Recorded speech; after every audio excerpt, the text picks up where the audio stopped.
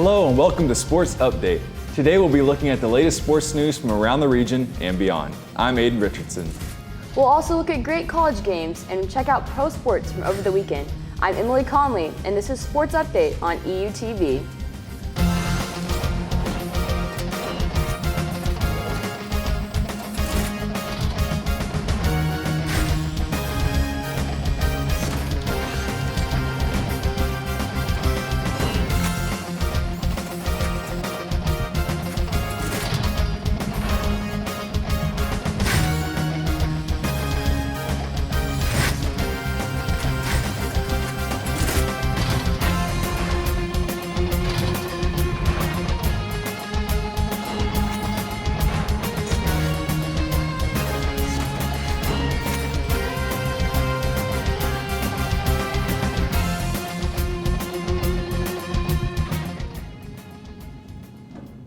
Thanks for joining us on Sports Update. We have the latest on Evangel sports, and later I'll be talking to men's basketball coach Bert Capel about the start of the season. Well, Evangel sports this week. I know, a great week. As you said, the basketball season kicking off. We had a football game. We had the soccer season ending. Just an up and down week in Evangel and a lot of news. Yeah, and so with soccer ending their season, they had a rough go of it, but hopefully next year, better things, right? I agree. Volleyball is wrapping up their season, so we'll have some playoffs coming up, and I imagine, football, they'll go to the playoffs pretty soon too. Yes, the sports season on one side is starting to wrap up, and then basketball, other sports are starting to start up, so lots of sports news this week. It's my favorite time of the year. I'm ready for some basketball, what can I say? Under a new head coach, Evangel men's basketball has kicked off their season with a fiery game against C of O Bobcats. After a misunderstanding regarding a player kneeling to pray after the national anthem, the game was brought to a halt to replay the anthem. Evangel did not let the uncomfortable start discourage their game as they brought home a strong win. Senior Josh Pritchett led the team with 18 points. Freshman Caleb Gordon made his debut with 6 of 7 field goal attempts, putting up 13 points in only 16 minutes. The game wrapped up with a final score of 89-71. In their second game of the season, the Valor faced 15th-ranked University of Science and Arts at home. In a back-and-forth game, Evangel acted fast in response to the Drovers' offensive runs. In the second half, USAO put up a strong defensive front, and the Valor remained competitive, but fell short by 1 point in a 60-61 final. The Evangel women's basketball team kicked off their season against Oklahoma Wesleyan this past Friday night. The EU Valor's opening contest was a great showcase for the season to come, as they played a hard-fought game. Both teams would trade points throughout the contest, but the Valor were led by Alexis Cathan's 17 points. Two other players scored double digits as Bailey Harmon scored 14 points and Abby Wilder scored 13 points. The contest started with a 10-0 Evangel run. EU would build off this strong start for the duration of the contest, but a tough third quarter put Evangel in the back seat. EU came out strong in the fourth and fought until the bitter end, but came up short in the end with a final score of 70-75. This was a tough loss, but a great start to the season nonetheless. Valor Volleyball has secured their third seed. After this weekend's matches, the southern half of the conference has had a tight season competing for slots. Evangel has won almost all of its tiebreakers, and with Mid-America's loss to the Clark Pride, Evangel has locked in their spot. Friday night, the Valor swept the William Penn Statesmen, led by Regan Ansley's 12 kills. Setter Sydney Donovan recorded 22 assists, and libero Aaron Russell had 17 digs. The Valor played a defensively strong game at the net with 9 blocks. The following night, Evangel faced NAIA-ranked number 24 Grandview. After a very close first match, the Valor lost their competitive nature and dropped the match in 3 sets. Evangel will take on the CMU Eagles for their senior night in the last game of the regular season, Tuesday at 7 p.m. in the Ashcroft. The Evangel football team took on Mid-America Nazarene this past Saturday in a game that would finally see the Evangel Valor snap their losing streak. It has been a rough few weeks for the team, but a tightly contested game with Mid-America seems to have lit a fire under Evangel. The EU Valor came out swinging, as within the first quarter they had 10 points. In the second quarter, Mid-America would make a comeback, scoring twice. The EU Valor came out of halftime strong, scoring another touchdown and holding Mid-America to 0 points in the third. Dylan Decker had a great game as he threw a touchdown pass to Dylan Hester and caught a pass of his own from Demarius Little. The Evangel defense was also top-notch as Cole Orchard yet again led the defense with 13 tackles. This strong effort led to a dominating fourth quarter as EU scored 2 more touchdowns. The contest would end with a score of 37-29, giving Evangel the much-needed win. What a huge week. I mean, like I said, losing streak. We haven't been doing that great. And then we finally get that much-needed win. And that is the best Evangel football team. That's the best the Evangel football team has looked in a very long time. Yeah, absolutely. And, to come out in the second half of the game and just switch your mentality and play so strong, now that is good football right there. I agree completely. And then on the other side, we have the volleyball, who it sounds like they started off pretty good and then kind of dropped it. Why don't you tell us a little bit about that? Yeah, so CMU is a tough team, and they're going to be playing them, this week before going into the playoffs. So they really need to, rein in what happened this weekend. Grandview is ranked number 24, and they're a solid team themselves. And when they went into play this weekend, it looked like they had this competitive nature in the first game. They were back-to-back, point for point, going into the game. And then it just seemed that they knew that they weren't going to, come back from it, or maybe it was the long drive home. They were ready to leave. They played 4 p.m. on a Saturday in Des Moines and had a long drive home. So I don't know what happened, There could be a lot of reasons. That's also the case with the women's basketball. They played a great game. It was a tight game back and forth, and in the end they came up just short, much like the men's basketball in their second game, just 1 point away from a victory. With sports, it's not over till it's over. Both teams kept fighting, and they just came up a little bit short in the end. Absolutely. We'll see some great things coming up from the basketball teams for sure. And, volleyball is going into the postseason, and I think they're going to have a good run. So, yeah. Up next, I'll be talking to Coach Bert Capel from the men's basketball team. Stay tuned.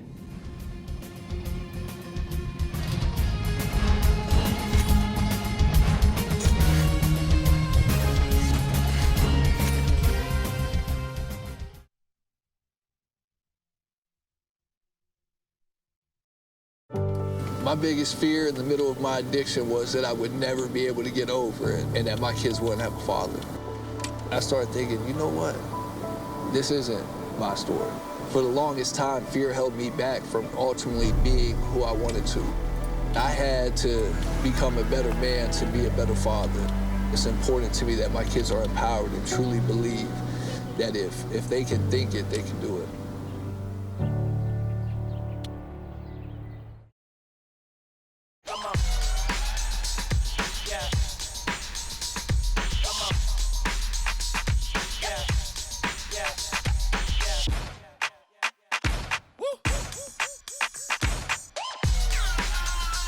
You're not going to get it all right. Just make sure you nail the big stuff, like making sure your kids are in the right seat for their age and size.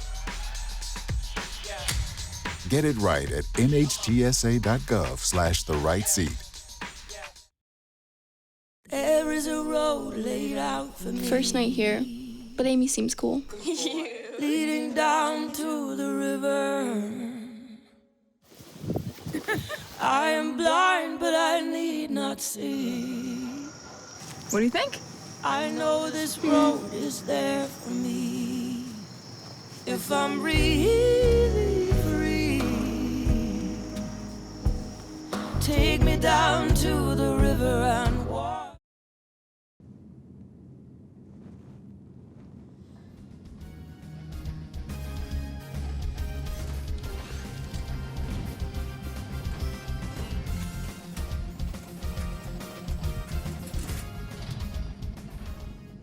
I'm here with Coach Bert Capel of the Evangel men's basketball team.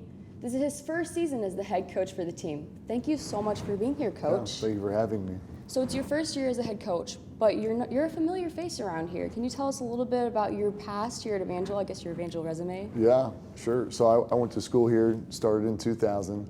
I played both basketball and baseball. And then when I graduated, I helped out with the basketball team for a couple of years, and I wanted to continue moving up the coaching ladder, so I'd taken a couple of coaching positions, and then probably 3 years ago, I found myself back here helping out Coach Jenkins again for a second time, and obviously he had retired in the summer, and so it just kind of worked out being here, I guess. But yeah, I've enjoyed being back for sure. Right, so you have a wealth of knowledge with basketball. I understand you were on the 2002, the national team. Mm-hmm. So what is that like? Would you like to bring that back?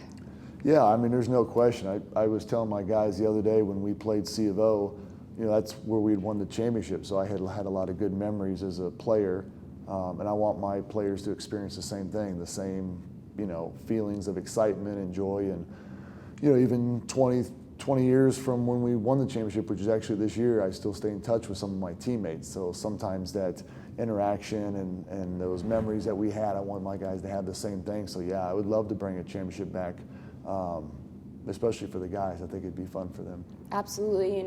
President Rakes, he's brought it up that he's prophesying it over a team. So I would love to see the basketball team do that. Yeah, we'll take it. Absolutely. So speaking of, you coached at like a D1 level. You were there for a while. What does that change for your mindset coaching at Evangel? I think anytime you go somewhere different, because I had played and coached here for a couple of years, you just learn new things. Sometimes when you're in the same spot for a while, you just become familiar with whatever that program or coach kind of knows. And there's nothing wrong with that, but it was certainly a stepping stone with my career, just getting to see other coaches and experience different things, players, different parts of the country. And I think I've probably taken a little bit of everything and kind of brought it here and made it my own. I'm pretty familiar with Evangel. I really like Evangel, so a lot of those things I had learned previously before leaving, I've kind of implemented here and tried to keep going. And so, it was intense. I mean, there was a lot of good coaches I worked under and worked with, and I think a lot of those things have certainly helped me for now. Absolutely, and we can't wait to see how that unfolds on the team. Coach Jenkins was here for 39 years, so that's a huge legacy and a huge shift for the team. Yeah. What kind of differences are we going to see and our players seeing in practice and on the court? Yeah, I mean, Coach Jenkins was a great coach. I like I said, I played and worked under him, so there's a lot of his same philosophies as a coach that I probably still use today. But as far as big differences, I think. Not that we didn't guard back then, but I've tried to really emphasize defense with this team. Offensively, you never try to miss a shot, and unfortunately, you still miss. So there are those games when you don't shoot as well as you'd like, and if our defense can continue to be consistent every game, it'll give us a chance to compete in games that maybe when shooting is not going real well, the defense can help us out. And so that's probably the biggest thing, just the intensity, the toughness, and the defense. Those are some things we're trying to do this year. Absolutely. There's always two parts to a game. We love offense, but defense is crucial. So speaking of, you mentioned C of O. That was your first game this last week. So I understand there was a misunderstanding at the beginning of the game. Could you kind of go through that with us? Sure. So, I don't know, maybe the last 5, 6, 7 years or so, College of the Ozarks is really taking a stance on the kneeling during the anthem thing. And I was gone. I'd been gone in Florida for a long time while that was going on. But I had heard about it, known about it, and the national tournament was there. And then they stopped hosting it because of that situation. They wanted all the teams to guarantee that wouldn't happen. And some schools were like, we're just not going to do that. So C of O didn't want to do it. Which is fine. I mean, it's obviously their right to do what they want. And I'd kind of known that, and so we went into the game not thinking anything about it at all. We did the national anthem, and then we did the starting lineups, and then we started to play. And then right after we played for about a minute, the buzzer sounds, and the referees kind of called both coaches to the scorer's table and said, hey, we're going to have to, well, not the referees, but one of the administrators of C of O came down and said, hey, we're going to have to cancel the game. One of your guys knelt during the anthem. And I said, I didn't see anybody do that. You're going to have to prove it to me before I'm taking my team off the floor. And so I told him to show me film or show me some proof that it happened. And he said, well, it's that person right there if you want to know. And so we signaled him over, and I asked him, I said, hey, did you kneel during the anthem? Because I didn't see anything. And he said, no, sir, I didn't do that. He said, when the anthem was over, I bent down and said a quick prayer and got back up like I've always done. And I kind of turned to them. I said, well, we're going to cancel this game because of a big misunderstanding of a guy who was praying. And he was new. He was a freshman. I didn't even know he had that ritual that he did in high school, and it was a little different from C of O because usually when you're at somewhere, they play the national anthem and then it's over. Right. Well, College of the Ozarks has a color guard, so he waited till the anthem was over to go down and pray, but the color guard hadn't left the floor yet, so that was the issue. So we talked about it, and he came over there and was like, hey, I certainly wasn't trying to do anything. I was just praying like I always do, and it wasn't even that long. And so after a little bit of arguing, we decided to try to play the game, but the guy said, hey, if we're going to play this game, then we're going to have to start the game over from the beginning and do the national anthem all over again. And I said, hey, as long as we play the game, we'll do that. So we did that and lined up and started the game back over, and luckily it was, we played well. I was afraid at the beginning it was going to be a distraction, but it was okay. That's what I was going to say. Most teams, that would have rattled them, entering it, but it looked like your team played an excellent game. Yeah, I mean, we played hard. I knew we were going to be ready for that game. It's a big rivalry game, and I came in a little worried because I know how good they are, and I know it's a rivalry game, and they always play well at home, and so I just wanted for us to just play hard and come out and do what we're supposed to do. And yeah, it was kind of a weird start to the game, but I think after the first minute, once the ball got tipped and we redid it, I don't think there was any thought about what had just happened. So, but yeah, we played well. So this season, you got some veteran players that are coming back, but you also have a lot of freshmen and sophomores. So it's you've got some young players that are going to be really crucial on the team. I've noticed. What are your expectations for those individuals, in the coming seasons without players like Cade Kaufman returning? Well, I think when you got older veterans on your team, that's important because it's important that they set the stage on what the culture is and what they're wanting to do.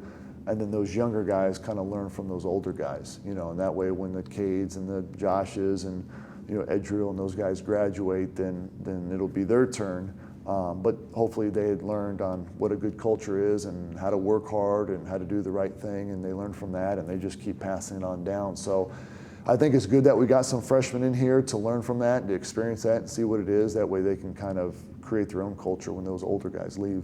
Well, that's excellent. Thank you so much, Coach. Best of luck going forward on your season. Coming up, we'll be reviewing the World Series, college football, and more. Stay tuned.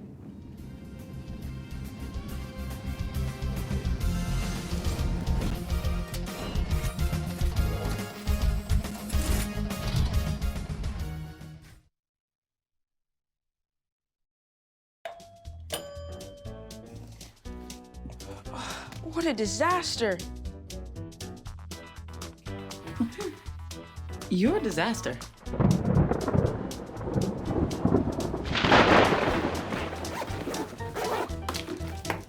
This is a disaster. You can't be ready for every little disaster, but you can prepare for a big one. Make an emergency plan today. Severe weather can strike anytime, anywhere, but there's a simple way to stay safe. Hey, Jim Cantori here. I stay safe in dangerous weather by planning ahead. You can stay safe too with a few easy steps. Build an inexpensive kit with supplies for your family's needs. Write down important information like phone numbers and medications. Always talk with your family and remember any pets in your planning. Be ready, be safe. Start your plan today at ready.gov/plan. The number 5 ranked team, the Ohio State Buckeyes, took on the number 17 ranked team, Pennsylvania State University, in a contest that would turn a lot of heads.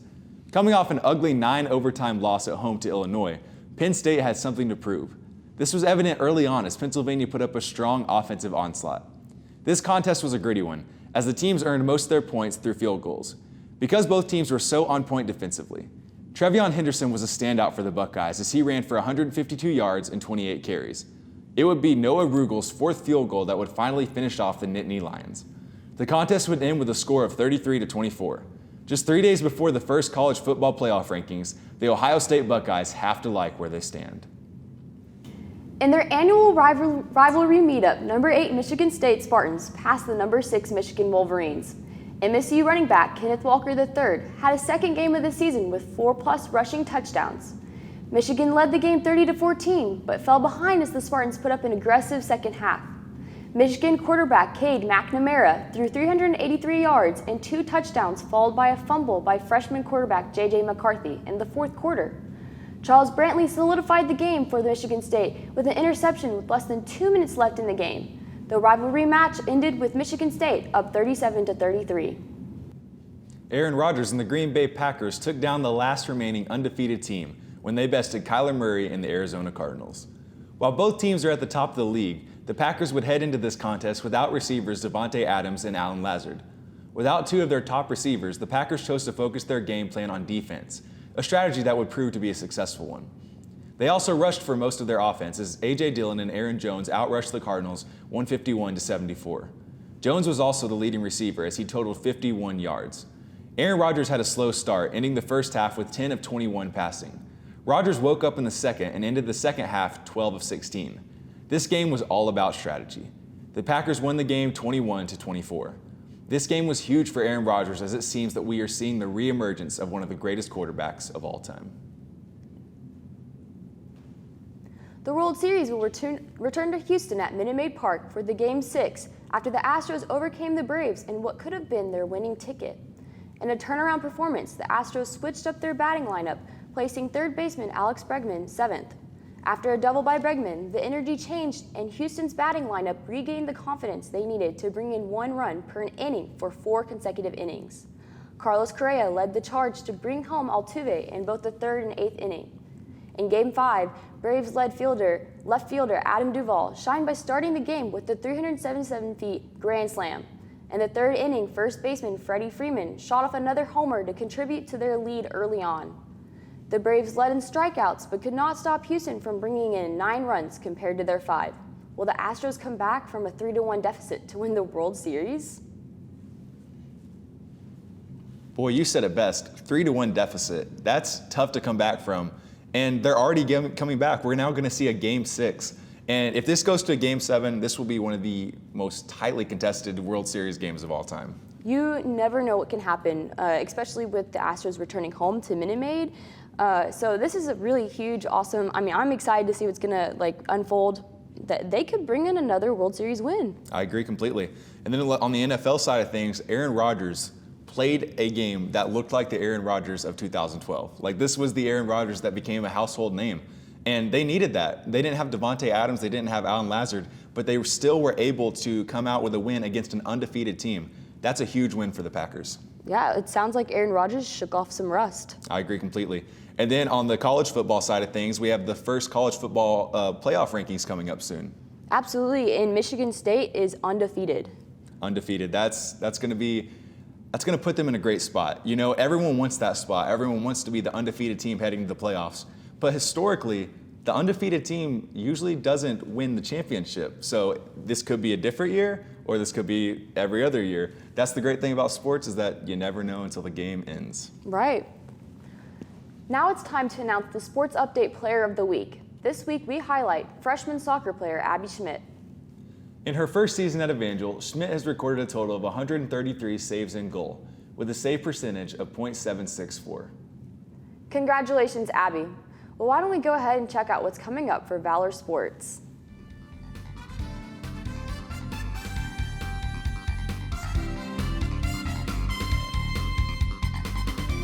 The Evangel football team plays Saturday, November 6th against Benedictine at home, and Saturday, November 13th against Central Methodist at home.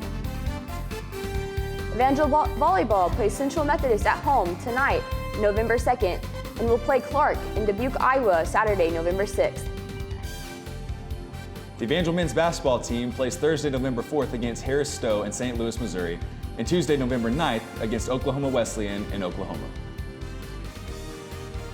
Women's basketball plays John Brown Tuesday, November 2nd at Siloam Springs, Arkansas, and Bethany Friday, November 5th in Kansas. Go Evangel Valor! Good luck to all the teams next week, and remember to check back with us for more updates about Valor Sports in the weeks ahead.